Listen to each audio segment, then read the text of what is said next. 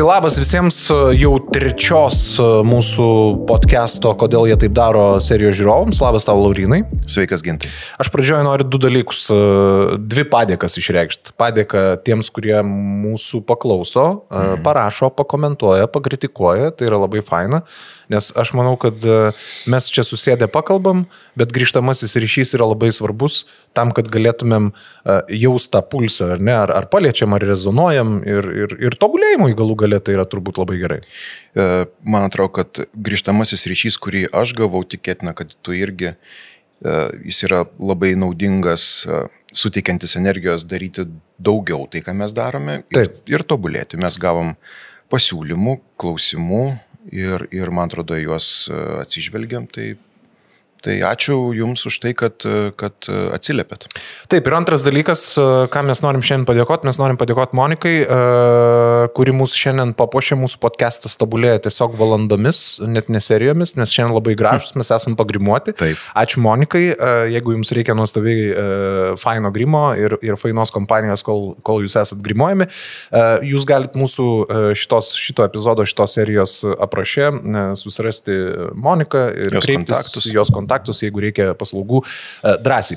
Laurynai, iš karto einam į mūsų šios dienos temą. Aš manau, kad jinai yra labai aktuali. Aš bent jau sulaukiau labai daug atsiliepimų, kad šitos serijos labai lauksim.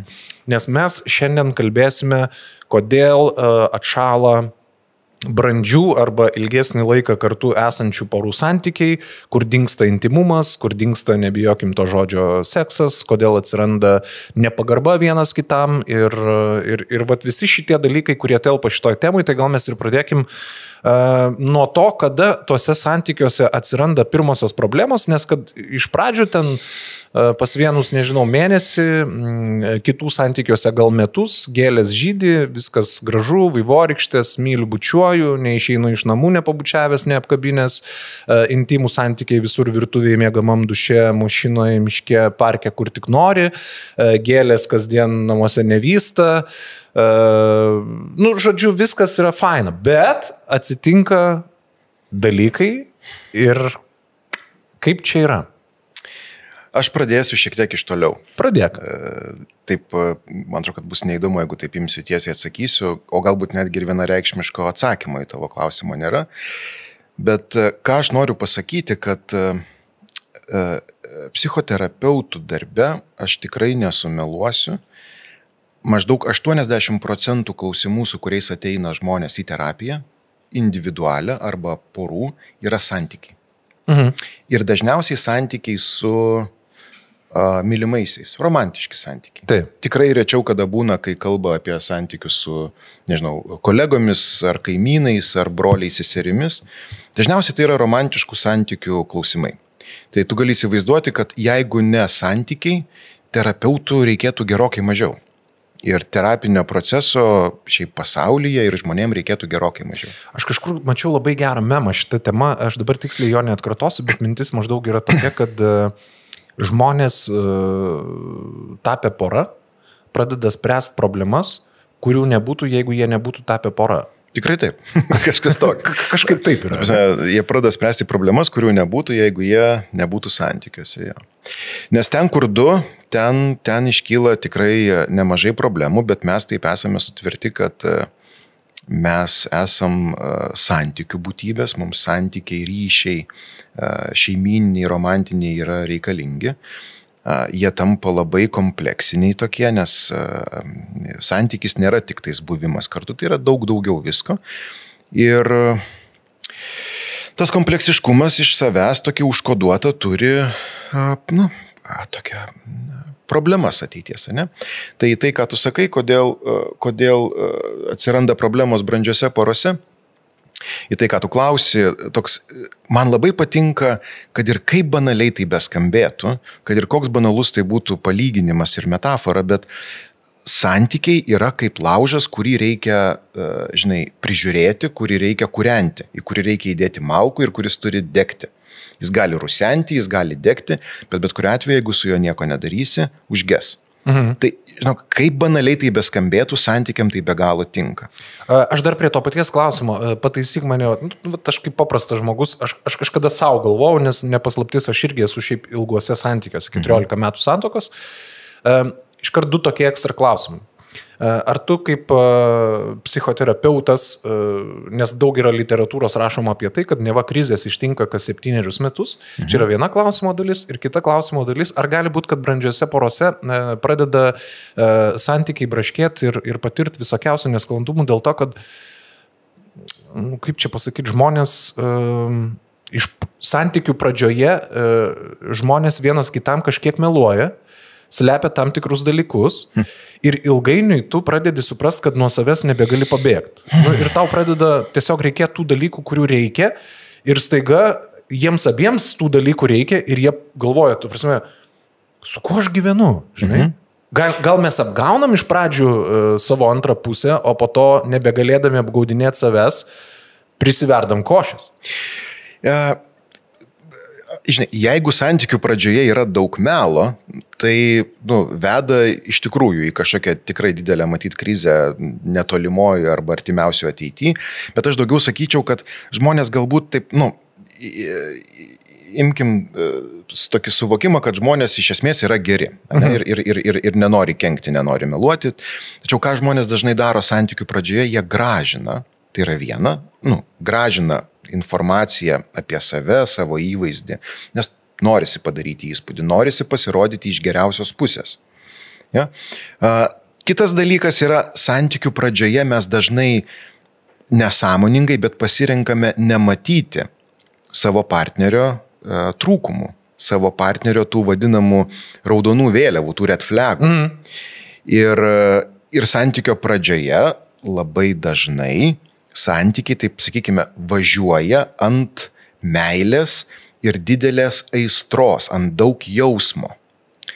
Tas toks įsimylėjimo romantikos periodas, kai yra skiriama daug dėmesio viens kitam, daug susitikinėjama, dovanos, staigmenos, laikas kartu, daug aistros, sekso, daug spontaniškumo, juoko, žmonės mėgaujasi vienas kito kompaniją.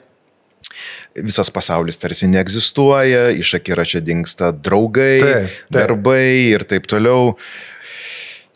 Aš pamenu save dar tolimo jaunystėje, kai buvau studentas, pamenu, man tikrai gerai sekėsi studijos ir ten vienais metais visiškai subirėjo mano mokslai, atsirado skolos, neatsiskaitimai ir taip toliau. Ir aš pamenu, toks amžinatelis mano mylimas dėstytojas sako, Laurinai, kas nutiko? Sakau, įsimylėjau.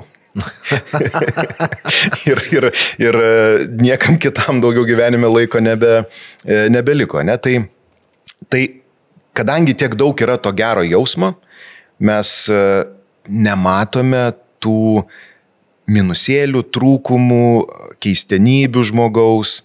Ir tik po kurio laiko, tai yra gana individualu, bet mes galime skaičiuoti nuo ten turbūt kelių savaičių iki keletos mėnesių dažniausiai, koks pusmetis, iki metų nedaugiau.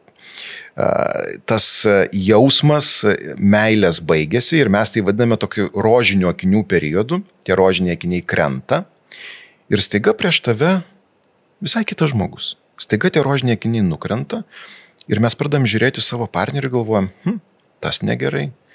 Čia toks elgesys visai nefainas, o čia taip pasakė ir kažkaip nemalonu, o čia staiga praignoravo, o čia neberodo dėmesio, o kur gėlės, o kur bučiniai, o kur apkabinimai, o kur dar kažkas. O dabar buvom sutarę kažkaip susitikti vakare, bet gavau žinutę, kad šį vakarą eina su draugais draugėmis kažkur ir mane palieka. Ir prasideda štai tokie dalykai, ne? Tai Ir čia jau mes, žinai, kalbame apie tai, kad iš tiesų santykiai turi savo ritmiškumą. Ar yra kažkoks kas 7 metus krizės, negaliu nei patvirtinti, nei paneigti. Tačiau tiksliai galiu pasakyti, kad tam tikras ritmiškumas yra. Ir man patinka toks visai nesenai jau iškeliavęs į amžinybę toks labai garsus psichoterapeutas, jie vyras ir žmona Reznikai buvo. Dabar tik tais, man atrodo, žmona dirba, tai Robertas Reznikas, šiaip labai man patinkantis psichoterapeutas, jis sakydavo, kad santykiai yra kaip metų laikai. Santykiuose yra pavasaris. Taip. Ir visi maždaug gali įsivaizduoti, kas yra pavasaris. Ne? Santykiuose yra vasara, toks šiltas, ramus, geras periodas. Santykiuose yra ruduo, kai biški darganota, kai kažkaip ne visai galbūt kažkas gerai. Ir santykiuose yra žiema, kai viskas yra taip sušalę, užstingę, šalta, taip žinai, netgi nemalonu. Ir mes einame per tuos metų laikus, sakykim taip, per štai tokį ritmą. Gerai, aš iš karto noriu, žinai, mes keliausim po to dar toliau, bet aš iš karto noriu šitoje vietoje aštrinti arba konkretinti. Manau, kad tai, ką mes pasakėme iki šiol, visi su tuo sutinka, daugiau mažiau visi yra patyrę. Bet įsivaizduokim, pora, kuri yra kartu, nežinau, 7 metus, 5 metus, aš manau, kad dar skirtingai pas kiekvieną porą tos problemos atsiranda, ar ne? Dabar klauso mūsų pora, galbūt viens kitam nusiuntė linką, kur gėlės jau nebežydė, žinai, ir, įsivaizduokim, ten, nežinau, 7 metai kartu, 8 metai kartu, 10 metų, ar ne, pora vaikų, jie jau gal yra praaugę, nes turbūt mažų vaikų laikotarpis yra dar atskira tema, Taip. Nes ten iš vis yra kaip minų laukas ir hormonai, ir visiškai viskas pasikeitė, bet sakykim, aš netgi, pavyzdžiui, iš savo patirties galėčiau pasakyti, kad mes su žmona turėjom daug mažiau konfliktų, kol vaikai buvo maži, nei dabar, kai vaikai mūsų yra pakankamai jau dideli ir kai mes galėtumėm išgyventi tarsi antrą jaunystę santykiuose, nes mes jau galim dviesi išėti į kiną, gali labai lengvai pabūt, mes galim dviesi išėti, mes galim daug dalykų daryti, bet ar mes tą darom, klausimas, žinai. Ir ką daryti porai, kuri šiandien sėdi aštriais kampais, pragyvenę, tarkim, 10 metų, 8 metus ir, jie kaip ožiai viens į kitą. Kas čia atsitinka? Iš naujo bandom užimti erdves, matuotis. Žinai, ką daryti, tai faktas, kad jeigu nieko nedarysi, tai taip ir bus ir tik blogės, reiškia, kad kažką daryti tikrai reikia. Taip. Ja, dabar galvokim, jeigu mes šiandieną kalbame apie, taip sakykim, įvardinkim brandžias poras, kurios yra ne santykių pradžioje, kurios, kaip ir kalbėjom, jau yra eilę metų kartu, turi vaikų ir visa kita. Ne? Dabar supraskim, iš ko apskritai susideda santykiai. Ne? Ir pameni, kadaise dar, kai žmonės nežinojo, kad Žemė yra apvali, vis dar yra tokių žmonių. Yra, taip, tikrai. Kai kurie dar nežino. Kai kurie dar šito nežino. Bet kai žmonės nežinojo, kad Žemė yra apvali, buvo toks mitas, konceptas, kad planeta yra plokščia ir laikosi ant 3 dramblių. Ne? Tai santykiai laikosi ant 3 dramblių. Ne? Ir tas toks, žinai, kai žmonės yra santykyje, kai yra vyras ir žmona, arba, sakykim taip, romantiniai partneriai, ne, jeigu nesusituokia. Pas juos yra aš, tu ir tada toks neegzistuojantis mes. Ja? Tas mes yra nematomas, bet yra toksai mes šiandien eisim, mes šiandien darysim tą ir taip toliau. Ne? Reiškia, yra aš, tu ir mes. Ir tas mes, kiek jisai yra subalansuotas, kiek iš tikrųjų tame mes yra mes. Ne tai, kad aš kažko labai noriu, bet sakome, kad mes norim, nes partnerė gali labai to ir nenorėti. Ne? Reiškia, tas mes, tas santykių, visas konceptas gali būti taip irgi paaiškintas, stovi ant 3 dramblių. 3 drambliai. Pirmas dramblys tai yra emocinis ir kūniškas intimumas. Ką tai reiškia, kad ar mes galime santykyje atvirai, nuoširdžiai kalbėtis apie dalykus, kurie nemalonus, kurie liūdni, kurie gėdingi, kurie skausmingi, kurie gilūs. Ar mes galime viens kitam sakyti dalykus apie vienas kito elgesį, lūkesčius, ar mes galime dalintis patirtimis iš praeities, ar mes galime parėję iš darbo sakyti, Dieve mano, kokia buvo sunki diena ir pasakoti ir jaustis, kad esame išgirsti. Ne, toks emocinis artumas. Antras yra kūniškas artumas. Ar santykyje yra pakankamai prisilietimų, apsikabinimų, bučinių? Ar santykyje pakankamai yra sekso? Jeigu jis yra, ar tas seksas yra toks, kokio mes norime? Žmonės yra be galo erotiški padarai. Ir mes labai daug jausmo ir laimės patiriame būtent per kūnišką seksualumą, erotiškumą. Ar mes galime tuo santuokoje, santykiuose mėgautis? Ne? Gerai, aš galiu sustabdyti. Tai pirmas dramblys, ne? Aš praeisiu per kitus du. Antras dramblys tai yra buitis ir pinigai. Tai reiškia, ar buityje mes susitarėme ir sutarėme, ar buityje mes jaučiamės komfortiškai, ar buityje mes esame pasidalinę, kas skalbia kojines, kas išneša šiukšlės, kas gamina maistą, kas tvarko namus, kas keičia automobilio padangas, kas pakeičia perdegusią lemputę, žinai, sutepa girgždantį durų vyrį ir taip toliau. Ir pinigai, tai yra svarbi gyvenimo dalis, finansai, pinigai, jie suteikia komforto, jie leidžia mėgautis gyvenimu. Ar mums yra taip, kaip mes organizuojame pinigus mūsų santykyje? Tai gali būti visiškai atskiri biudžetai. Žmonės gali net nežinoti, kiek uždirba abu, ar ne? Gali būti, kad turi bendrą biudžetą, gali būti kitokių sprendimų. Svarbiausia, ar mum abiem taip tinka? Ar mum abiem yra ok? Gali būti, kad vienas absoliučiai nemoka, nedirba ir kitas dengia visas išlaidas, tiek asmeninės, tiek bendras šeimos išlaidas, ne? Tai reiškia, antras dramblys tai yra buitis ir pinigai. Ir poros dažnai apie tai kalba, kad man atsibodo paskui tave vaikščiot, surinkinėti ten tavo, kažkokius tokius dalykus ir taip toliau, ne? Ir trečias dramblys tai yra vaikai. Turėti vaikų, neturėti vaikų. Abu variantai yra tinkantis, jeigu tas mes, taip yra, kad abu sako, turėsim vaikų. Arba abu sako, žiūrėk, o gal neturėkim vaikų. Darykim savo karjerą, gyvenkim savo gyvenimus, keliaukim, mėgaukimės.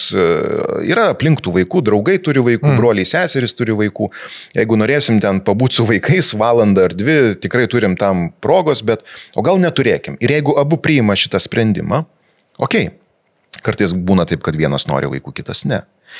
Ir žinai, ir kitas aspektas tai yra, jeigu mes turime vaikų, kaip mes juos auginame, kaip mes juos auklėjam, kaip mes juos maitiname, kaip apskritai ugdome šitos jaunus žmonės, ne?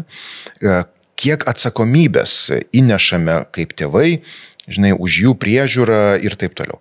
Tai va, 3 drambliai, ant kurių stovi santykis, ant kurių stovi tas mes. Ir kai pas mane ateina poros, vienas pirmųjų dalykų aš tikrinu, sakykim taip, kuris iš tų dramblių šlubuoja.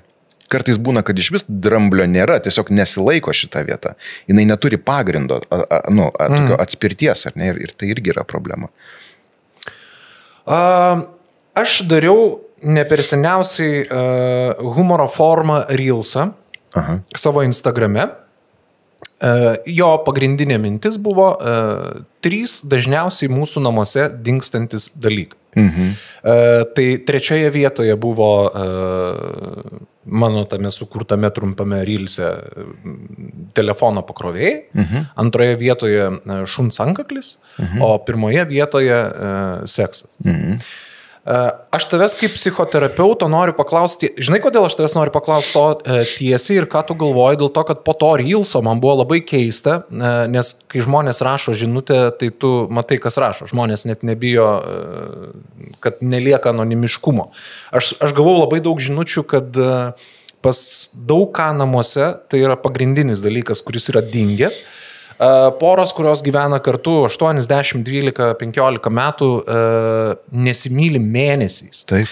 Paprastai, aš kaip supratau, situacija yra praktiškai identiška visose porose, nes vienas to labai nori, kitam to nereikia arba nebereikia.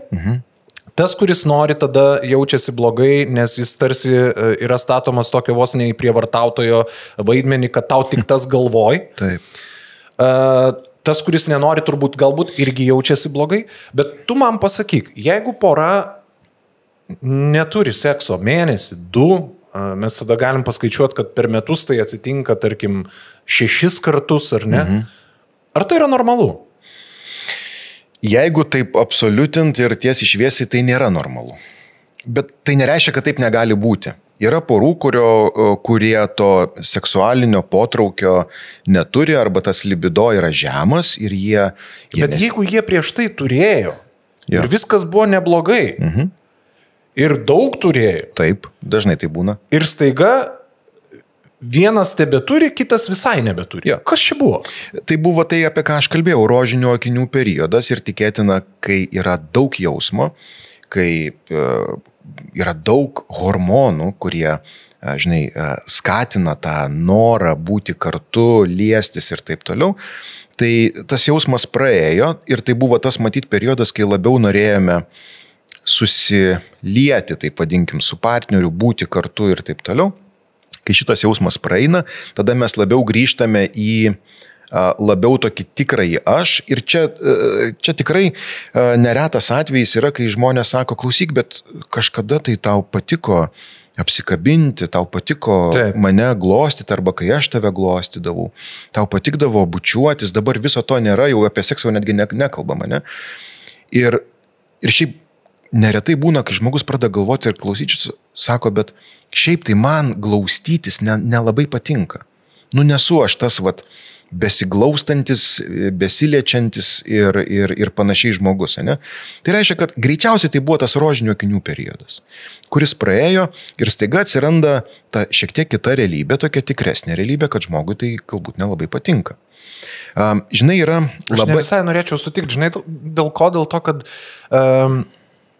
kiek man teko pakalbėti su aplinka, tai arba rožinių akinių periodas labai ilgai tęsiasi, arba atsitinka dar kažkas kito, nes paprastai, rožinį, čia mes visi suprantam, nukrenta rožiniai akiniai, tada mes įeinam į kažkokį ritmą, pavadinkim, aš vis dar kalbu apie seksualinius santykius. Ten tipo porą, 3 kartai per savaitę, važiuojam stabiliai, žinai, kaip pagal grafiką, viskas tvarkoj. Ir tada, kai mes jau priartėjom prie dar kažkelintų ten metų, pradeda atsitikti kartas per savaitę, mes čia galvojam, darbai reikalai, biški pasikeitė, gal įtampų, gal kažkas, tada žiūrėk jau tik 2 kartai per mėnesį ir tada mes prieinam prie to. Bet čia visko būna... Aš atreaguosiu. Tada tikėtina iš to, kad tu sakai, galima ieškoti problemos kitoje vietoje, žiūrėti į kitus tuos 2 dramblius. Tai yra, kodėl partneris seksualiai nebetraukia, kodėl nebenori su juo mylėtis. Tikėtina bus nemažai pykčių, nusivylimų, nuoskaudų ir visi kartu jie numušinėja norą domėtis ir būti kartu su partneriu. Laurinai, mes turėsim keliauti prie kitų klausimų, bet aš čia noriu labai tokį paskutinį, kad tu uždarytum, ką tu, pavyzdžiui, savo kabinete patari tokiai porai, kurie ateina, nes aš manau, kad jie kenčia abu. Įsivaizduokim žmogų, kuriam yra labai reikalingas seksas, ar ne? Ir jam tai yra svarbu gyvenime. Ir staiga to dalyko jo gyvenime nelieka. Ir yra kitas žmogus, kuriam, turbūt neaišku, aš dabar kaip jau suprantu, turbūt yra kažkokia priežastis, kodėl taip atsitiko, bet jis turbūt irgi jaučiasi blogai. Man iš šono žiūrint, atrodo taip, kiek ilgai važiuos tas žmogus be sekso, kas tada atsitinka? Tada klasikinės situacijos. Išvažiavo kažkas į komandiruotę, spintoje atsirado kažkas kito, ne? Bet, pavyzdžiui, jeigu tu nenori eiti iš šeimos ir ieškoti santykių kažkur kitur, bet šeimoje tu to neturi, tu kenčia tas, kuris nepasiduoda tam intimumui. Išsprendžiam šitą klausimą ir važiuojam toliau. Ką daryti tiem žmonėms? Tu įsivaizduok, kiek tokiuose santykiuose yra pykčia, nes aš pykstu ant tavęs, kad tu nenori su manimi mylėtis, o kita pusė, aš pykstu ant tavęs, nes tau iš manęs tik to ir reikia. Įsivaizduoji? Tai čia yra daug tokio pykčio. Kur aš dažniausiai, tikrai neretai pastebiu tokiose situacijose tendenciją, kad, vadinkim taip, ta santykių energija dažnai būna kritusi, jinai būna buitiniam lygmenį. Labas, ką šiandien nupirk parduotuvėje, ką darysim vakarieniai, ką valgysim, ar važiuojam savaitgalį ten, nežinau, pas tėvus į kaimą, ar darom dar kažką, čia žiūrėk, akcija yra ten kažkokiam vaikų drabužėliam, perkam, neperkam. Dažniausiai energija yra nukritusi į buitinį lygmenį. Kaip ją pakelt? Ir tada prasideda mano kaip terapeuto viena iš užduočių, tokiais atvejais, ką aš galėčiau bandyti kaip tokią strategiją naudoti, tai yra šiek tiek paspręsti jų buitinius dalykus, pasižiūrėti, kur yra didžiausios nuoskaudos, kad ten nebūtų tokių įsisenėjusių, tokių, pykčių ir nusivylimų. Ir tada kelti jų kaip poros energiją, tai yra bent iš dalies gražinti juos į tą romantišką periodą. Tai reiškia atgaivinti kažkokį jų laiką kartu, atgaivinti jų pasimatymus, atgaivinti jų arba sukurti kažkokius tai ritualus. Galbūt kiekvieną vakarą, kai vaikai užmiega, mes įsipilam taurę vyno arba pasidarom arbatos, be telefonų, be televizoriaus, kalbamės. Galbūt mes kiekvieną vakarą einame pasivaikščioti. Galbūt kartą per savaitę mes einame dviese vakarieniauti. O galbūt nereikia kalbėtis. Galbūt kalbėtis užtenka pas terapeutą arba tai, ką mes kalbamės ir išmokstame, kaip mes kalbėsimės kasdien buityje, bet kalbų galbūt yra per daug, kas irgi kartais būna. Pora sako, oi, mes apie viską kalbamės. Kaip jums tai padeda? Nelabai. Tai reiškia tada galbūt verta užsirašyti, pavyzdžiui, į latino šokių studiją ir kartu lankyti šokius. Ir mažiau kalbėti, bet daugiau judėti, jungti kūną šiek tiek, ne? Kad jame atsirastų energijos, kad atsirastų to prisilietimo. Ką daryti, jeigu vienas visiškai sutinka su tuo, ką tu sakai, ir jisai yra pasiryžęs, ir jisai netgi sako, išeikim pavakarieniauti, išeikim padaryti tą, bet kitas žmogus, tu jauti, kad jisai ne tik, kad nenori, bet kartais atvirai pasako, pavyzdžiui, aš su tavim nenoriu, tarkim, yra pasiūlymas, išskriskim savaitgaliui dviese, arba išvažiuokim savaitgaliui dviese. Ir tau yra pasako, aš su tavim nenoriu, aš noriu su drauge, arba su draugu. Taip. Ar čia yra the end of a story? Aš nežinau, ar tai yra pabaiga, bet tai yra problema. Vėlgi, vienas, matyt, pirmesnių klausimų man kylančių mano kabinete dirbant su pora, ko jūs norite kartu, ko norim mes.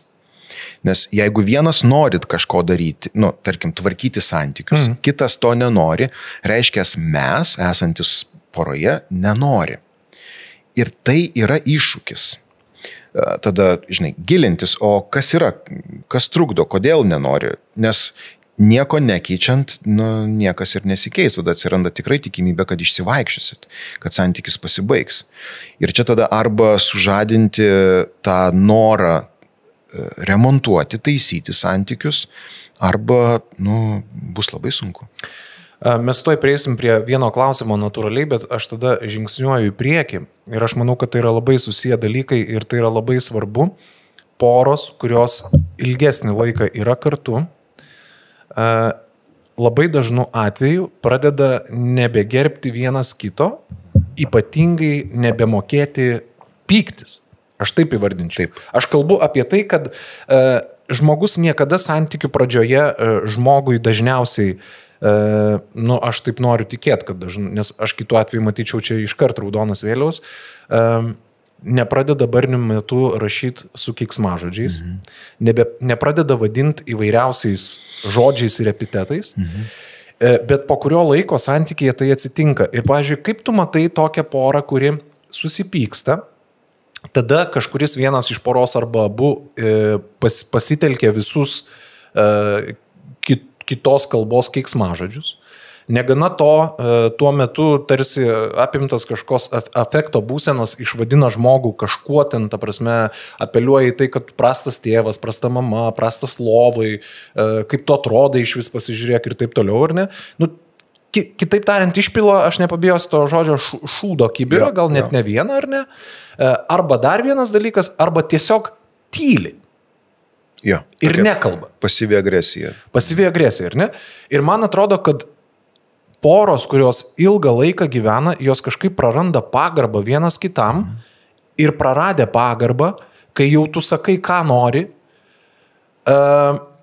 Aš galvočiau, tu pataisyk, jeigu aš nesu teisus, kad tu po to turi labai mokėti atsiprašyti, bet vis tiek, ta prasme, žala bus padaryta. Lieka labai ilgai, tie skaudų žodžiai, jie lieka, ar ne? Taip. Tai ar čia nėra šaknis? Žinai, kaip liūdnai beskambėtų, mes bjauriausi būname su savo artimaisiais. Mes bjauriausi būname su savo vaikais, su savo broliais, seserimis, su savo vyrais, žmonomis, su savo partneriais. O kaip to, Lauryna, išvengti? Įsivaizduokim, dabar turim porą, kurių barniai visada atrodo taip, kad jie yra išvadinami taip, kaip atrodo, yra išpilamos visos nuoskaudos, susakant galbūt ten tiesą, po to atsiprašymo metu sakant, ne, aš ne tą turėjau omeny, ar ne?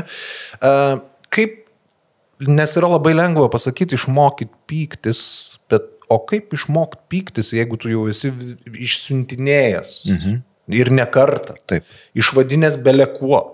Turbūt smėlio dūšioje turit kiekvienas dabar. Ar tokiai porai įmanoma kažkaip restartuoti? Įmanoma tikriausiai viskas, jeigu abu to nori.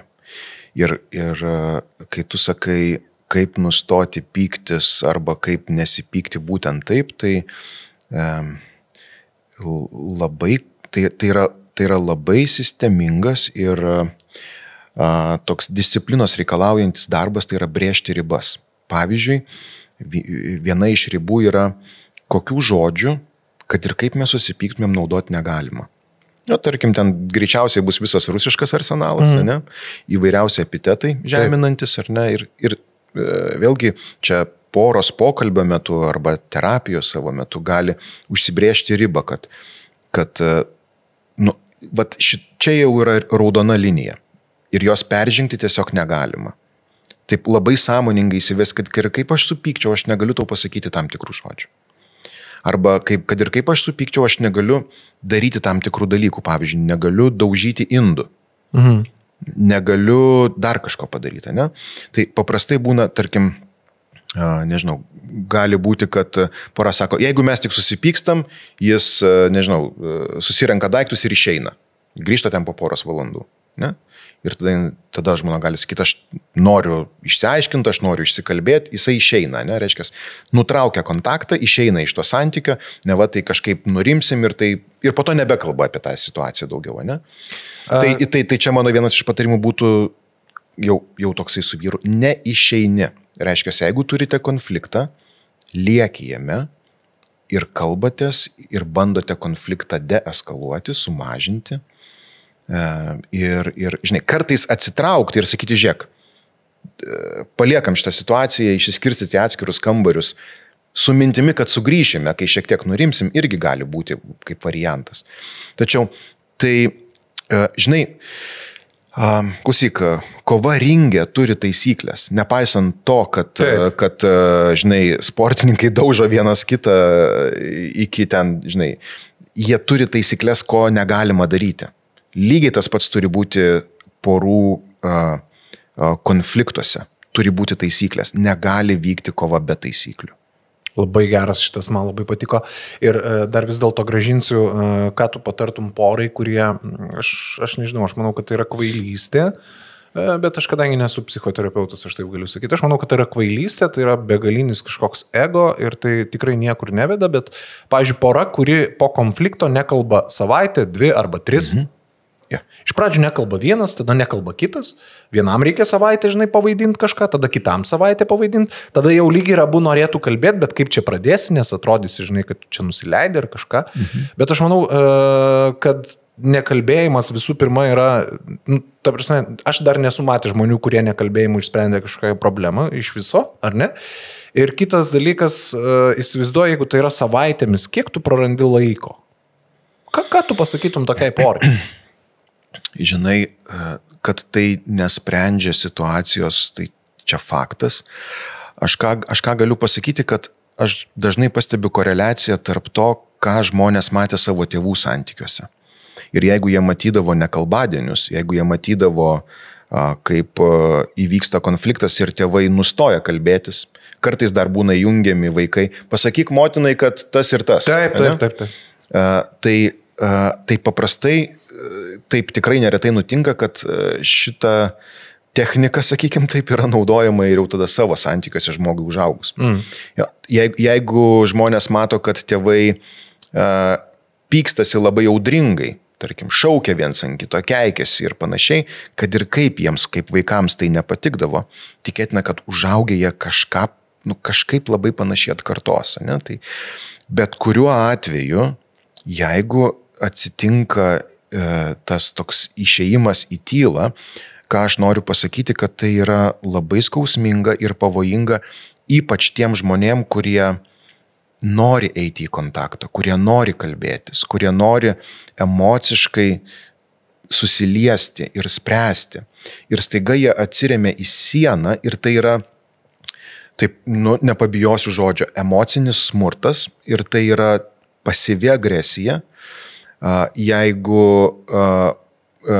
taip žinai, aš kalbu su suaugusiu žmogumi ir klausiu apie jo vaikystę ir jisai, tarkim, matydavo tai savo tėvų elgesį, dažnai žmonės kalba apie šaltą tylą, baisę tylą tvyrančią namuose, kuri kuria didžiulę įtampą.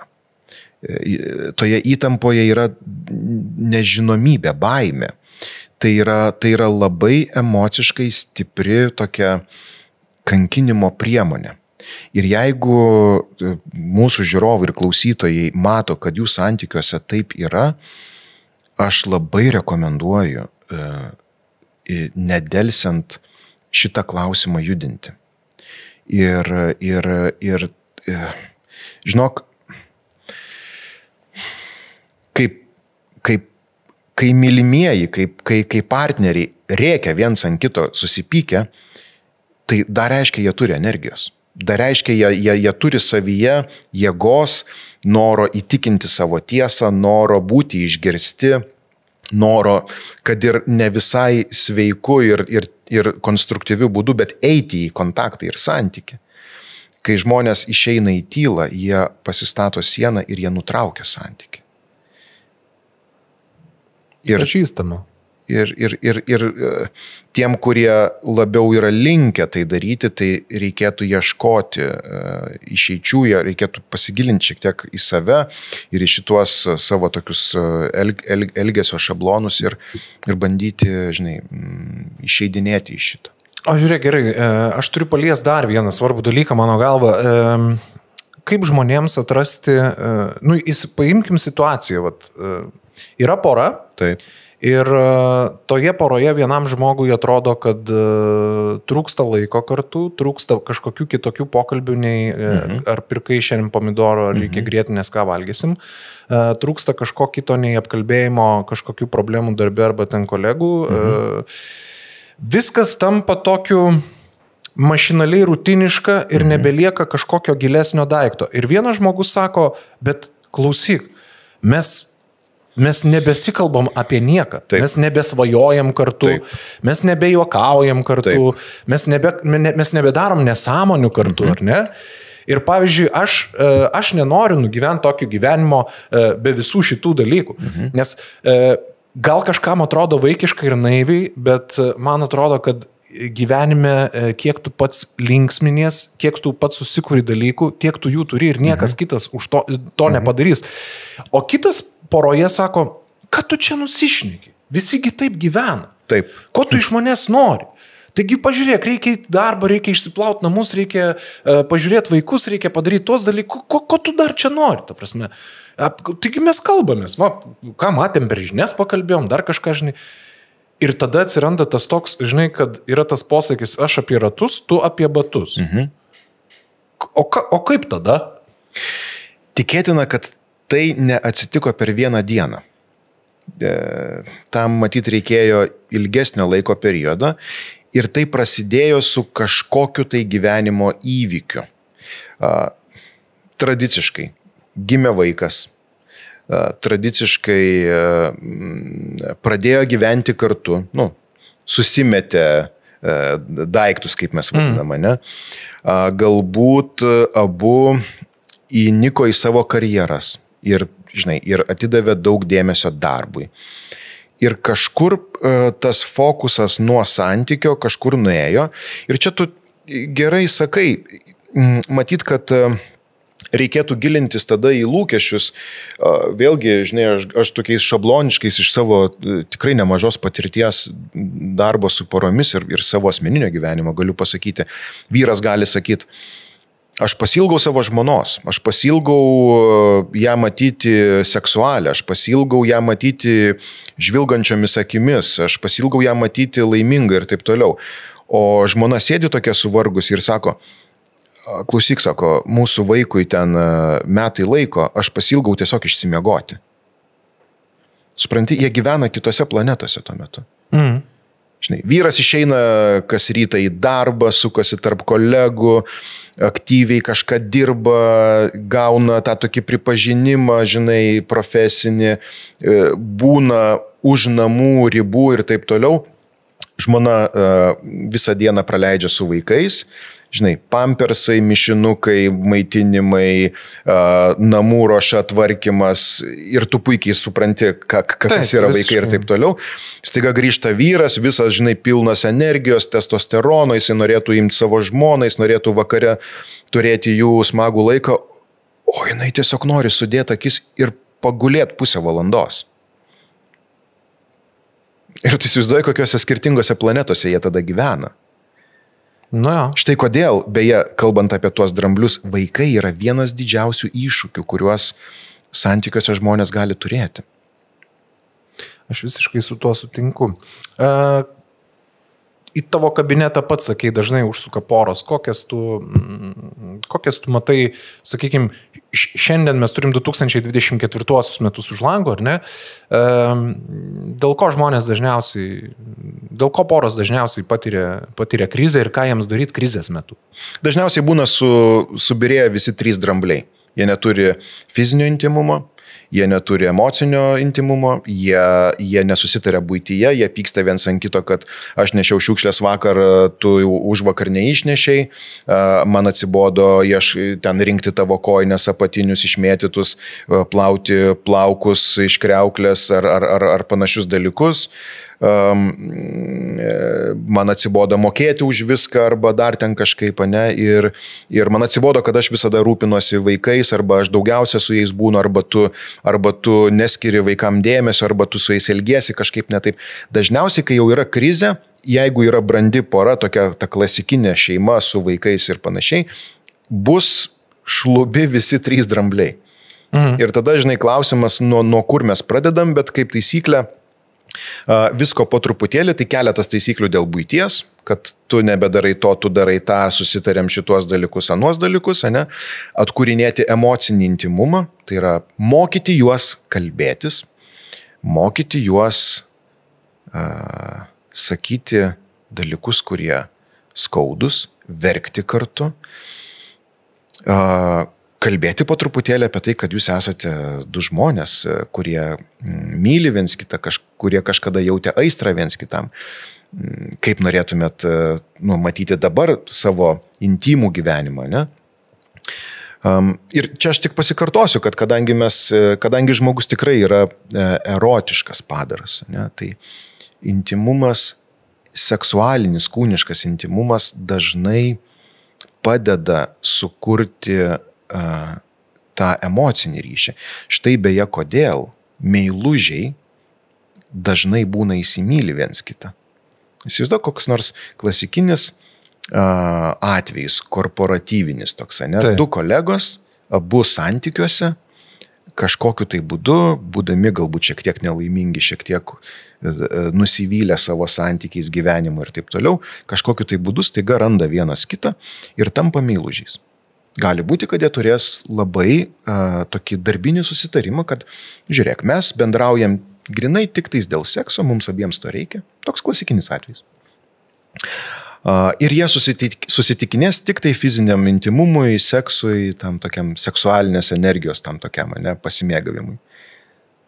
Tikrai gana dažnai, po kurio laiko jie pradės viens kitam kalbėti švelnius žodžius, viens kitam kažką jausti. Ir emocijos tikrai atsiras.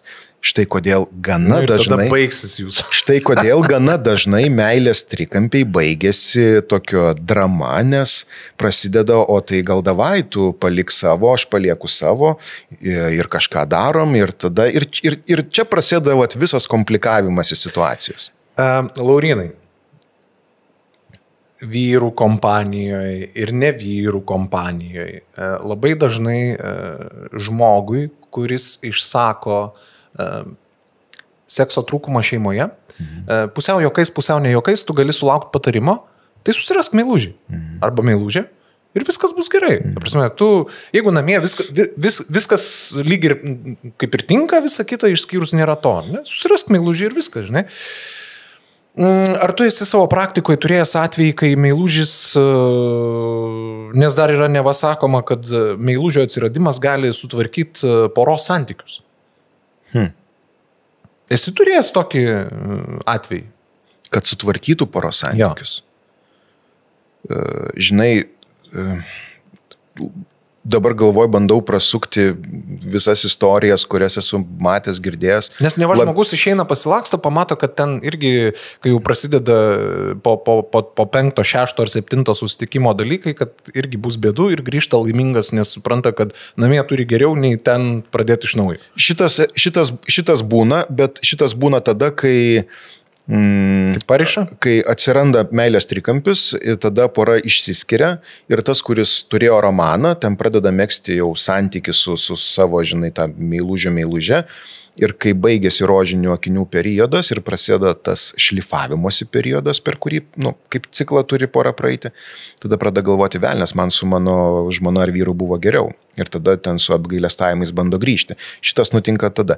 Kad meilužis ar meilužė, kad meilės trikampis padėtų santykiui, žinok, labiau ne, negu taip, man taip juokais galbūt tik norisi atsakyti, tai padės tik tuo atveju, jeigu santykiuose seksas yra problema ir susiradus meilužį tiesiog nustos viena ta pusė sekso prašyti, žinai, ir tiesiog šitas klausimas taps ramus uždarytas, ne? Tai vienintelis būdas, kur gali padėti. Kadangi mes prieš to truputėlį grįžom, aš turiu iškelti dar vieną labai svarbų klausimą, čia vėlgi yra iš patirties, kiek man teko girdėti kalbančių žmonės, ar ne? Įsivaizduokim, yra pora. Ir jie turi norus. Vieną palikim tą patį norą, jam reikia, bet ne vien tik seksą paimkim, jam reikia intimumo, apsikabinimų, sekso ir galbūt kažkokių pokalbių ne apie buitį, ar ne? Tam žmogui reikia šito, ar ne? Jo tokie yra norai. Kito žmogaus norai yra, tarkim, aš nežinau, bet tai yra keliauti su draugais, turėti laiko hobiui, nežinau, ten kasinėt uolas kažkokias nesistojo ir bele ką daryti, ar ne? Kaip tau buriuot, pavyzdžiui, ir taip toliau. Ir dažnai porose atsitinka taip, kad šito žmogaus norai yra vertinami taip. Tu čia vėl su savo nesąmonėm. O vat šitie norai tipo yra geri, nes ten buriuot, važiuot dviračių, žvejot, ten kažką, va čia yra geri norai, o tavo norai, tai yra intimumo visi tie dalykai, jie yra nesąmoningi norai, nes tu vis apie tą patį kalbi. Taip. Bet linko aš linkiu, kad šitos norus žmogus gali įgyvendinti. Šitas žmogus. Nes jis gali uždaryti namų duris, išeit važiuoti dviračių, išeit buriuoti, išeit žvejoti, išskris su drauge ir visa kita. Ir jam tada užsipildo kažkoks ten tas kibirėlis, norų patenkinimo ir viskas gerai. Šitas žmogus šitų norų vienas negali padaryti. Ką jam daryti? Tai pirmiausia, tokie žmonės turi savo pasakyti, ar mes komanda esame ar ne, nes jeigu mes esame komanda, mes turime paisyti vienas kito norų. Tai reiškia, tas, kuris labiau yra sėslus, nori būti kartu, turi labiau suprasti, kad mano partneriui reikia laisvės, o tas, kuris nori būti labiau laisvesnis, turi suprasti, kad mano partneriui kartais reikia laiko pabūti kartu. Kitaip sakant, mes turime kaip komanda rasti balansą. Iš čia, žinai, tokia liečiam įdomią temą prieraišumo modelius. Jų yra keletas ir mes turime skirtingus prieraišumo modelius. Pavyzdžiui, yra vieni žmonės labiau prieraišus, įsikabina, nori būti kartu ir taip toliau. Ir jeigu, tarkim, poroje abu yra tokie, tai toks, matyt, tau ir mūsų žiūrovom pažįstamas atvejis, tokios poros būna sueina į santykį ir dingsta. Jų nebėra su draugais, jų nebėra nieko. Dėl to, kad jiems gera būti kartu, jie labai susikabina, susiriša. Vėlgi tai yra šiek tiek toks išėjimas iš balanso, tai ilgainiui sukelia tam tikrų problemų. Mes psichoterapijoje tai vadam konfluencija, toks susiliejimas, ne? Galima daryti iki absurdų, kai prasideda bendri Facebooko profiliai, žinai, ir taip toliau. tai čia reikėtų tokio šiek tiek atskirimo, ne? Bet yra vienas iš tų tokių prie raišumo tipų, kur labai, ne? Ir tas nesvarbu. ir žinai, yra tas prieraišumo tokių modelių, kur žmogus sako, aš esu santykiuose, bet aš labai vertinu savo laisvę, man reikia mano laiko atskirai, man reikia mano kelionių atskirai, man reikia mano laiko su draugais, savaitgaliu. Kaip taisyklė, tokios poros neskuba sumesti šmutkių, taip liaudiškai kalbant, gyvena atskirai, vertina savo tokią tą, žinai, laisvę, erdvę ir taip toliau. Ir jeigu žmonėm pavyksta išlaviruoti tame, bet jeigu, tarkim, vienas labiau tokio prieraišesnio tipo, kitas, žinai, tokio labiau laisvesnio tipo, tai ilgainiui gali kelti tam tikrų frustracijų, kad ko tu iš manęs nori, aš čia, žinai, ten kažką veikiu ir panašiai. Bet man tada taip norisi tą tokį terminą atsigręžti, ar jūs esate komanda? Ar jūs suprantate, kad dabar, kai jau esate santykiuose, gyvenimas, ir ypač kai mes kalbam apie brandžią porą, ne, gyvenimas negali būti toks, koks buvo kadaise, kai aš gyvenau vienas. Man reikia skaityti su tuo, kad aš turiu šalia žmogų, kuris turi savo poreikius, man būtina juos atliepti, lygiai taip pat, kaip aš noriu, kad mano poreikiai būtų atliepti. Kitaip sakant, jeigu vyras nori savaitgaliais išvažiuoti žvejoti, ne, kas Lietuvoje labai yra populiaru, tai su meile jį išleisti, ne su priekaištais, o su meile jį išleisti yra svarbu. Bet žinai, bet tuo pačiu tada tas vyras turi girdėti ir savo žmoną, o ko jai reikia. Ir galbūt kai esi santykiuose, žvejybų bus šiek tiek mažiau negu tada, kai buvai vienas. Greičiausiai, kad taip. Aš labai nenoriu šito klausimo liest, bet jį reikia paliest. Paliesk. Žinok, psichoterapijoje yra labai geras posakis. Apie ką tu nenorėtum su manimi kalbėtis? Arba ko nenori man papasakoti? Tai yra patys geriausi klausimai ir pačios geriausios temos. Jautresni žiūrovai dabar jau šitoje vietoje išsijunkit, arba jaučiat, kad jeigu bus apie jūs. Kada yra aišku, kad nebeverta taisyti. Kad, ta prasme, kad nieko nebebus. Kaip žmonėm patiems susidėlioti taškus, gal taip net nebūna, aš nežinau, gal visada yra verta ir visada dar galima, bet kartais iš šono kiti žmonės sako, kodėl jie vargsta dar? Nes čia faktas, kad nieko nebus. Ar tu kaip specialistas būna, kad matai porų, kad čia nebeverta? Ir kokie tai yra atvejai? Kada tos krizės yra nebeišsprendžiamos? Tu žinai, gal kartais ir matau, bet kas aš toks, kad vaidinčiau Dievą ir kažką aiškinčiau, verta jiems ar ne. Bet kartais kažkas turi pasakyti. Kartais turi, kartais tikrai turi, bet pirmas signalas, kad nebeverta, kai abu nebenori. Pirmas toks. O jeigu... Kitas dalykas, kai yra peržengta visa eilė kažkokių raudonų linijų. Pavyzdžiui. Smurtas.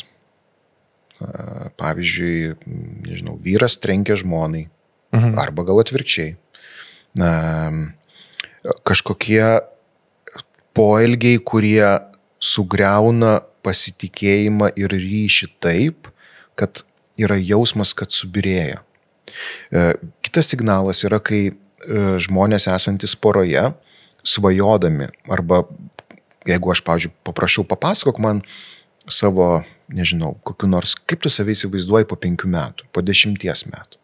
Jeigu toje fantazijoje nėra partnerio, toje vizijoje nėra antrosios pusės, tai irgi yra gana ryškus signalas, kad klausimas, ar tas santykis, žinai, ar yra energijos jį lipdyti, kažkaip tęsti. Neretai pasitaikantis, čia aš dar įterpsiu, ką tu galvoji apie tai, kai žmonės barnio metu nevengia vienas kitam sakyti, iš pradžių tai būna tarsi ankstesniuose metuose tarsi bandymas įbauginti ir grasinimas, o po to jau toks tampa, nebesuprasi, ar ta frazė turi reikšmę, gal vienam turi, gal ne. Tai gerai, tai skiriamės. Ir kitas, tai gerai, tai skiriamės. Ir jie paprastai neišsiskiria, arba būna, pavyzdžiui, toks, aš manau, kad mes vis tiek, kai biški praauks vaikai, mes išsiskirsim. Ką tu galvoji apie tokią porą? Jeigu, pavyzdžiui, vienas iš partnerių sako, aš manau, kad mes vis tiek išsiskirsim. Klausimas tada, ar tai, ką tu sakai, yra tiesiog tas pyktis ir įniršis ir tu nori mane įskaudinti, ar tu vis dėlto tai, ką sakai, tiki tuo. Nes iš to, kad tu dabar kalbi, man regis, kad šitas būdas daugiau yra naudojamas kaip pagazdinti, įskaudinti, supykdyti, galbūt tos tikrosios intencijos išsiskirti ir nėra, bet yra noras, taip, noras atkreipti dėmesį į save ir į problemą. Tai gerai skiriamės, tai toks, tai toks atrodo, kuo dar labiau galima pagrasinti. Čia kaip, kai kokios nors, šalies išprotėjęs vadovas grasina atominiu ginklu. Taip. Kuo tu daugiau dar gali pagrasinti? Taip, nebėrko. Toks darysi, tą nedarysi, jau kitas klausimas, bet tokia, tokia korta, kur jau reiškia, tikėtina, kad jeigu šitą kortą metama, kad emocijos jau užkilusios labai stipriai. Ir tas klausimas, matyt, kuris ir sukėlė tas emocijas, yra jautrus ir jį būtina susitvarkyti, išsispręsti. Aš nežinau, ar tu visus jau paminėjai, aš čia įsiterpiau, tu sakei smurtas, tada tu sakei atsakyti klausimą, ar abu dar to nori, kas dar galėtų būti, kada jau tu nebematai šansų. Tiesiog žmogaus jausmas ir tai daugiausia susijęs su tuo, ar aš noriu būti su tavimi. Nes jeigu tu galvoji apie tai, kiek žmonės vieni kitiem pridaro skausmingų dalykų, ir meilės trikampiai, ir ten kokie nors įnyksta į kažkokias priklausomybės, ten staiga, tarkim, sužino ten kažkas, kad yra kažkokia priklausomybė, kad yra kažkoks, nežinau, kažkaip neatsakingai pasielgia su didžiulė pinigų suma. Pareina vyras ir sako, aš nusipirkau ten laikrodį už ten 10 000 ir išvaiščiau mūsų vaikų ten, kažkokį tai studijų santaupas, ne? Tai, gyvenime nutinka tokių išdavysčių įvairiausią formą, tikrai taip kartais nutinka, tačiau ar tai yra lemiamas faktorius porai skirtis, tik pati pora gali pasakyti. Lygiai taip pat kaip su tokiu banaliu meilės trikampiu, tai yra neištikimybių klausimu. Vienos poros ateina įkritusios į didžiulę dramą, yra labai daug skausmo, išdavystės jausmo ir taip toliau. Kitos poros gal dėl žmonių, savybių, tai labiau, taip sakykime, mažiau aistringai tai išgyvena. Jie supranta tai kaip problemą, tačiau nėra tos didžiulės tokios dramos, nėra, nėra kažkokio tokios skausmo kraujuojančios širdies ir taip toliau. Jie liktai labiau kažkaip supranta, kad mes priėjom momentą, kur dabar turės spręstis labai rimtai dalykai, bet tokio didelio nėra. Ne? Tai čia labai individualiai nuo poros priklauso. Gerai, mes turėsim jau artėti, jau lab, kad turėsim kelis klausimus, bet aš negaliu nepalikti mūsų klausytojams ir kitaip nebus, aš panaudosiu savo šeimos asmeninį pavyzdį. 14 metų su žmona santykiuose, šiuo metu mes taip dažnokai pasipykstam. Mes tarsi iš naujo bandom užsikariauti teritorijas arba išsikariauti teritorijos, kurios atrodo, kad kitas yra užgrobęs. Ir kas mane labiausiai neramina? Mane labiausiai neramina tai, ir galbūt čia rezonuos kitiems žmonėms, kad mūsų barniai, mano galva, niekaip nepaaugina. Dėl to, kad atsitinka barnis, tada mes ten išsisvaidom žaibais, tada mes po porą savaičių patylim.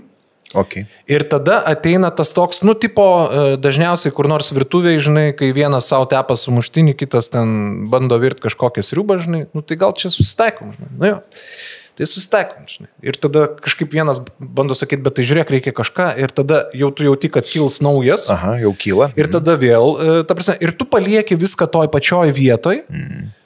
Ir man net nereikia būti psichoterapeutų, kad aš suprantu, kad, nežinau, kiek ilgai mes taip važiuosim, bet taip nuvažiuoti niekur negali. Nes jeigu šitas barnis, jis toks ir lieka, jis lieka, kiekvienas lieka prie savo. Ir tas barnis niekur nepaaugina, tai yra tik tai dar viena šakė mėšlo į jau ir taip nemenka mėšlo krūvą, mano manimu. Ką daryti? Dabar taip bandau susilaikyti ir neterapinti tavęs. Paterapinkite irgi, gal žinai, taip pat. Tai galvoju, kaip čia taip etiškai atreaguoti. Ne, labiausiai aš tik dėl to, kad pasakiau, kad žmonėms būtų labai aišku. Tai aš šiuo metu mano žmona per tą einam ir man atrodo, kad tai yra labai problema didelė, kai barnis tavęs neaugina. Ar aš būsiu teisus sakydamas, kad baratės jūs turėsite kokius nors top 3 dalykus? Jo, visada. Tas pats. Matai? Jo. Tai nėra taip, kad kas kart vis randate. Ne, yra kažkoks ten top barnių temos kažkokios, tai, ar ne? Klausimas, kaip jūs galite tai išspręsti, kur ten tos problemos, mes šiek tiek abstrakčiai šnekame, nes nežinau. Ir tada klausimas, ar jūs abu norite spręsti šitą problemą ir ar abu matote, ar galite matyti klausimo, ties kuriuo baratės, vienodą arba labai panašų išsprendimo būdą. Ar jūs galite susitikti kažkokiam taške, kad žiūrėk, dėl to, ką mes baramės, aš noriu, kad būtų štai taip. Ir žmona sako, aš irgi maždaug taip noriu. Ar daugiau sprendimo būdai yra labai atskiri? Kitaip sakant, šitos taškus reikia, jeigu yra labai jie toli viens nuo kito, artinti. Reikia ieškoti, kur tas kompromisas. Žiūrėk, kur yra ir, žinai, derybininkai, kodėl nemėgsta kompromisų. Kompromisas reiškia, kad aš turiu atiduoti kažką, padėti šoną, tam, kad priartėti prie taško, kažkokio link, kurio mes einame, tu turėsi daryti tą patį. Ja? Ir santykėje matyti tas yra svarbu, kad išgirsti savo partnerį, savo mylimą, jo poreikius ir pagalvoti, kaip aš galiu link to priartėti, ką man reikės atiduoti, ką man reikės paaukoti, kokios mano elgsenos turės keistis. Ir kadangi tai yra tie patys top 3, tai tiesiog, žiūrėk.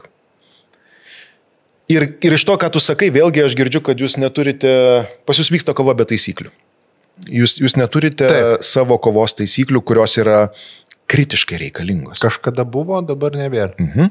Ir reikia sugrįžti prie to, kad žiūrėk, kai mes pykstamės, mes galime štai taip, tačiau negalime štai šitaip. Ne? Kokia nors taisyklė, kad ir labai paprasta, negalima išeiti į tylą. Negalima. Ne? Ką tai reiškia, kad tada atsiranda darbo su savimi ir su savo nuostabioju ego, kuris sako, nesikalbėsiu aš dabar su tavimi. Ir tas malonus jausmas, kad aš turiu šitą jėgą nekalbėti, būti užsiraukusiu, surūgusiu, ne? Žinai, kaip pamesti šitą ir išeiti iš tos tylos ir sakyti, pirmiausia pradėti, žiūrėk, aš atsiprašau už tai, ką pasakiau. Arba aš atsiprašau, kad šaukiau. Arba aš atsiprašau, kad aš... Žinai, atsiprašau žodis kartais tikrai daro stebuklus. Ir jis yra labai gera startinė pozicija. Pradėti nuo kažko.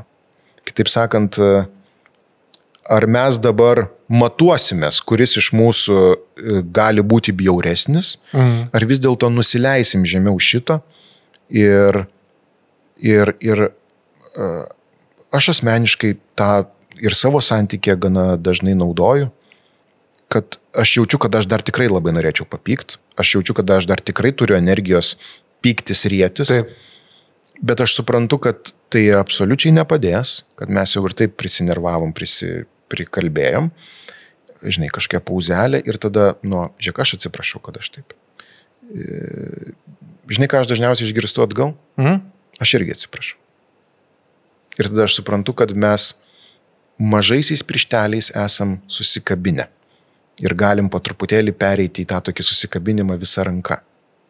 Gražiai priartėjom, mūsų laikas jau pradeda spausti, jau lab, kad turėsim dar atsakyti porą klausimų, bet kaip, Laurinai, palaikyti tą meilę santykiuose ir nuo gyvent? Kad klausytojai ir kad tu teisingai suprastum, aš labai aiškiai suprantu, kad neskraidys visą gyvenimą drugelį ir rožiniai akiniai irgi. Bet aš, pavyzdžiui, noriu visą gyvenimą būti kuo arčiau to. Teisingai, žiūrėk. Kodėl aš turiu gyventi pilkame akinyje? Aš nenoriu. Nenori. Tiesa. Ir labai svarbu suprasti, kad cikliškumas, ritmiškumas santykyje yra natūralus ir būtinas. Dabar atskirti porą dalykų - meilę ir aistrą. Gana dažnai girdžiu, kad aš noriu tokios aistros, kad degtų, kad, žinai, ir man toksai būna, palauk, tu nori aistros, o meilės nori, ir dažnai žmonės tai sumaišo. Žiūrėk, žinai tą jausmą, va, tą rožinių akinių periodą, kai esi labai įsimylėjęs, kai viskas labai gerai, kai energijos daug, kai norisi su žmogumi būti, su juo leisti laiką daryti įvairiausius dalykus, su juo yra daug intimumo ir taip toliau, ne? Tiesą sakant, taip gyventi visą laiką negalėtum, perdegtum. Štai kodėl, ačiū Dievui, gamta mums yra davusi šitą jausmą tam, kad mes sueitumėm į porą, bet meilė ji nėra karšta. Meilė yra, tiesą sakant, gana vėsi. Karšta yra aistra. Meilė yra tada, kai gera tylėti kartu.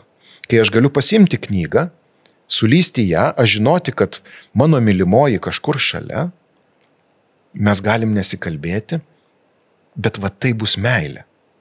Okay. Ir dažnai žmonės tai maišo, tačiau ką aš noriu pasakyti, kad meilėje turi būti aistra.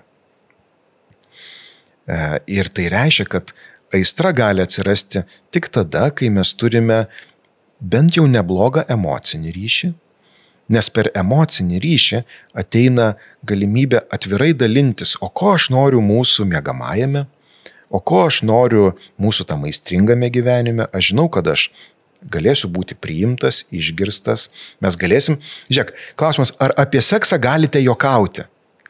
Ar galite svaidyti viens kitam nepadorius juokelius?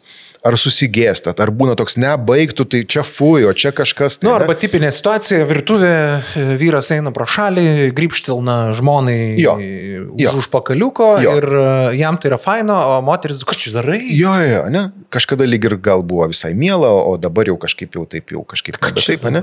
Tai reiškia, kad tai yra tokie geri indikatoriai, kokią jūs turite atmosferą šitoj sferoje, ne? Ir apskritai, jeigu mes galime apie problematišką kažkokią tokią jautrę temą, jeigu mes galime šitą temą juokauti, svaidytis juokeliais, būti priimti ir taip toliau, jau yra labai neblogas signalas. Ne? O jeigu ne? O jeigu ne, tai tikėtina, kad yra, kaip sakyt, išmušę saugikliai šitoj vietoje, yra užstrigę ir tada reikia žinai, galvoti, ką su tuo daryti. Beje, man patinka, aš kartais, netgi gal ne kartais, dažnai stebiu poras, pavyzdžiui, restorane būdamas. Žinai, iš ko galima pasakyti, kokia poros sveikata. Šiaip jų nepažįstant. Ir čia tai sakau ne tam, kad jūs stebėtumėt kitus, galite stebėti, aišku, bet daugiau pagalvotumėt apie save. Tai yra, kai vyras su moterimi, kai pora būna dviese, atkreipk dėmesį į tai, kiek jie turi akių kontakto, kiek jie žiūri viens į kitą ir kiek jie liečia viens kitą. Tai yra du indikatoriai, rodantis tokią, sakykim, tai bendrą poros sveikatą, tą santykių sveikatą. Gali būti abu, gali būti, kad yra vienas, bet kartais galima matyti, kad jie nei žiūri viens į kitą, nei liečia viens kitą. Iš to aš darau dažnai prielaidą, kad jau bus gyvena 80% brandesnė pora. Ja. Čia mano statistika.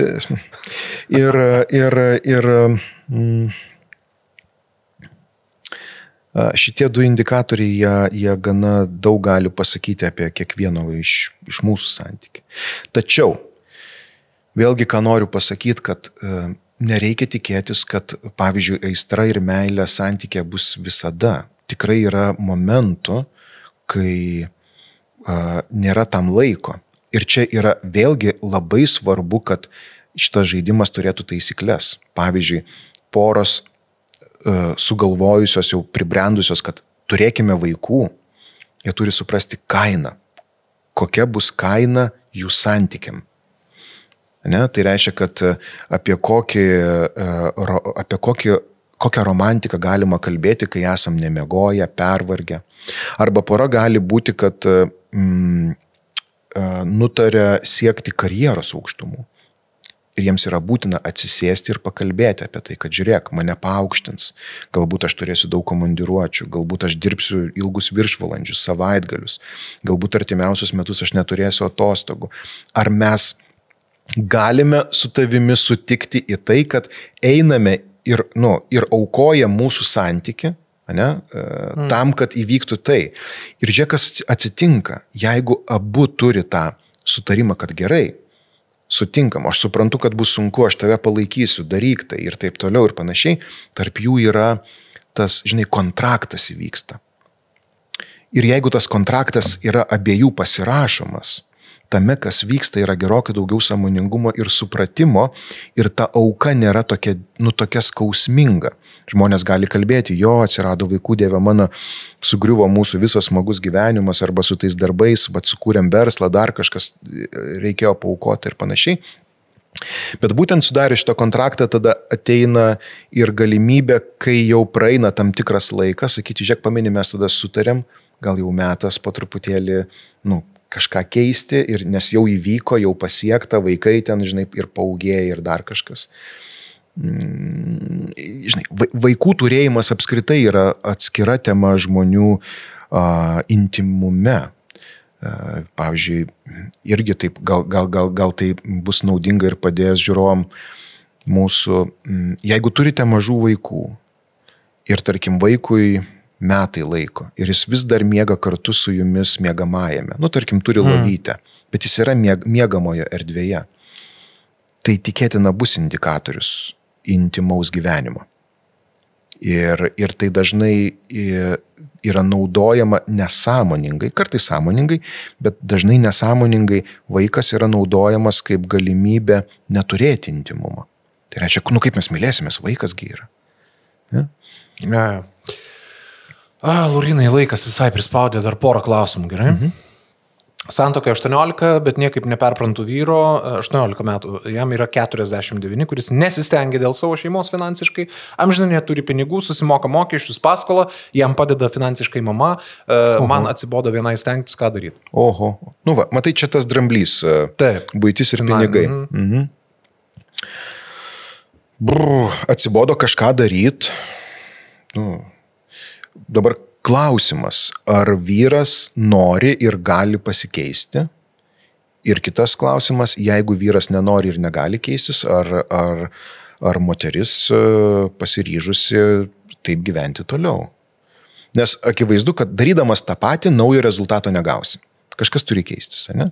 Man labai keista girdėti, kai žmogus yra santuokoje 49 metų, vis dar neišsilaiko tokių, aš sakyčiau, tokius asmenybės, tokių galbūt struktūros, galbūt šiek tiek,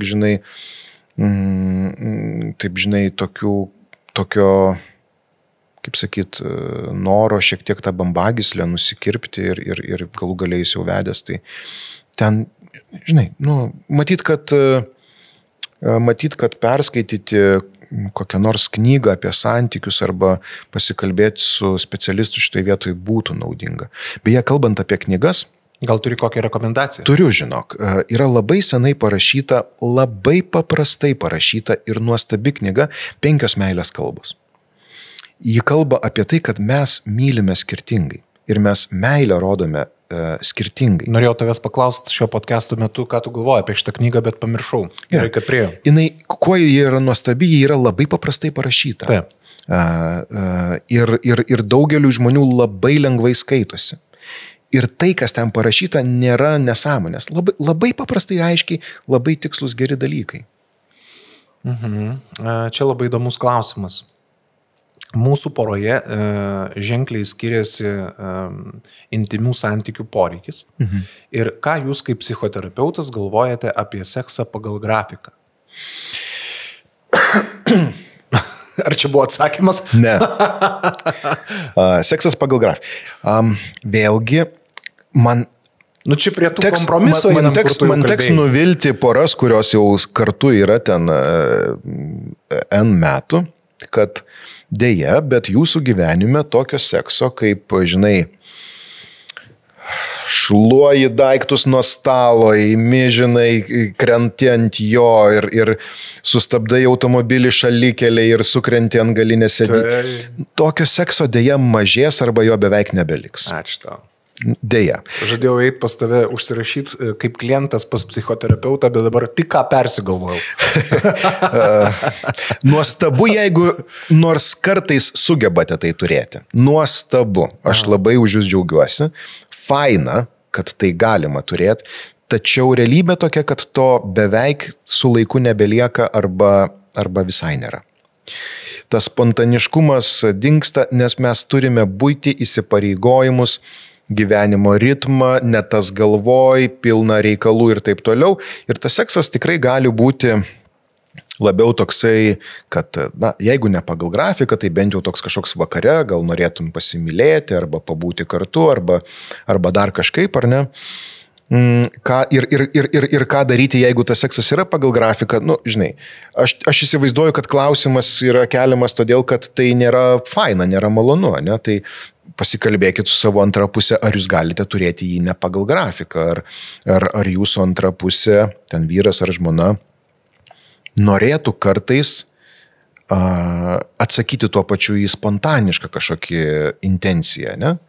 Ir čia žiūrėk irgi tada pagalvoti apie tai, kad, mes sutarėm, kad kartais galime turėti spontaniško sekso. Ir tada, žinai, kaip nesugadinti to momento, kai partneris vis dėlto kažkokiu tai momentu inicijuoja tą spontaniškumą, o aš dabar liktai gal norėjau prie kompo pasėdėti, ten kažką padirbėti, arba man reikėjo kažką ten, žinai, arba galvoju apie tai, kad skalbinių kalnas, kurį reikia, žinai, sutvarkyti ir taip toliau. Ir čia daugiau tada atsiranda, ar aš iškelsiu tą buitį arba savo kažkokius planus aukščiau mūsų santykių ir vis dėlto galbūt skirsiu, kiek tas seksas trunka ten, dėja mano, 2 minutės, ne? Tai, ir vis dėlto jas paaukosiu mūsų santykiui, ne? Dar vienas paskutinis klausimas ir visai tikrai turim baigti. Tai aš žinau, kad tu, Laurinai, kai pradedi kalbėti, nebesustoji, dabar trumpai turi atsakyti. Gerai. Vyras visiškai nekalba apie santykių arba dvasiškus dalykus. Mes galim kalbėti tik apie buitį, bet jeigu aš pasakau, kad man reikia daugiau, arba jis išeina, arba išklauso ir neatsako nieko. Manau, kad absoliučiai tipinė situacija porose. Štai kodėl beje terapijoje psichoterapeutų vyrų yra gerokai mažiau. Į terapiją moteris ateina dažniau. Jos labiau lyg ir emociškos, empatiškos. Ta emocinė dalis moterim yra dažniau lyg ir svarbesnė. Ir čia, mėly vyrai, niekur jūs nedingsite. Jums reikia mokytis jausti. Jums reikia mokytis savo jausmus reikšti. Jums reikia mokytis savo jausmus, kaip čia pasakyti, konteineriuoti, sulaikyti kartais, ar ne? Tai, žinai, sąmoningas apskritai ne tik vyras, bet sąmoningas žmogus yra tas, kuris supranta, ką jaučia, kaip jaučiasi, moka tai išreikšti ir moka tai suvaldyti, kada reikia, ar ne? Tai, mėly vyrai, jeigu norite turėti pilnavertiškus santykius. Santykiai nėra uabas, kur galima racionaliai susėsti, turėti mytą ir aptarti, žinai, reikalus, planus ir taip toliau. Santykiai yra multikompleksinis ir labai emocijomis grįstas, žinai, dalykas ir savo tą emocinę pusę reikia treniruoti ir mokėti ją naudoti santykiuose. Viskas. Ačiū labai visiems tiems, kurie žiūrėjo šitą epizodą. Man atrodo, mes tikrai daug kampų palėtėm. Ar tu, Laurinai, dar nori pasakyti kažkokią baigiamąją kalbą? Aš tiesiog noriu pasakyti... Vieno sakinio grįžti prie pačios pradžios, nuo ko pradėjau. Banali tiesa. Santykis yra laužas, kurį turite kūrenti. Įmesti malką ir prižiūrėti, kad ugnis degtų. Būdų yra tūkstančiai, bet svarbu tai daryti abiem. O aš pabaigai pasakysiu taip, mano palinkėjimas bus. Visi mylėkit ir mylėkitės ir neišvirti barščiai arba neišsiurbliuoti kambariai palaks. Tikrai taip. Tada viskas bus gerai. Ačiū Jums labai, iki kitų kartų ir faina, kad klausot. Iki. Ačiū viso.